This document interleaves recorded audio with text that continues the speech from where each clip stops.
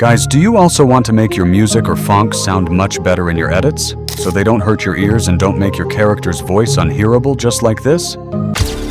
We shall not surrender to the false queen.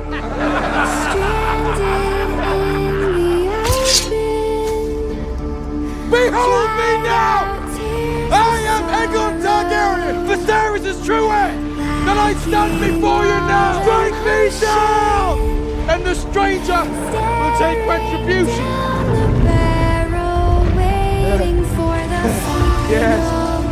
Yes, cowards. We shall not surrender to the false queen.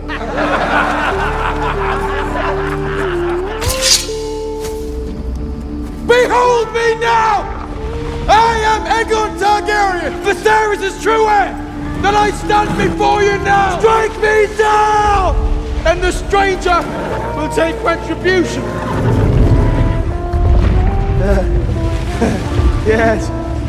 Yes, cowards. Open After Effects.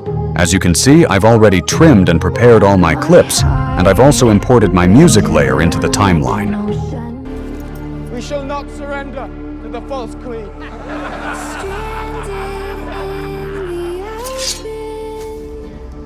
Behold me now! I am Aegon Targaryen! Right now, you can hear how loud the music is, and because of that, our character's voice is not clear enough. So let's fix that and make the audio sound more professional. First, go to the Effects panel and search for Bass. You'll see the bass and treble effect.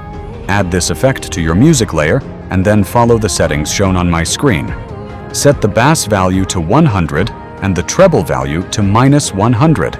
And that's it for our music layer. Now let's improve the character's voice. Go back to the Effects panel and search for Reverb. Add the Reverb effect to your voice layer, and then follow the settings I'm showing on screen.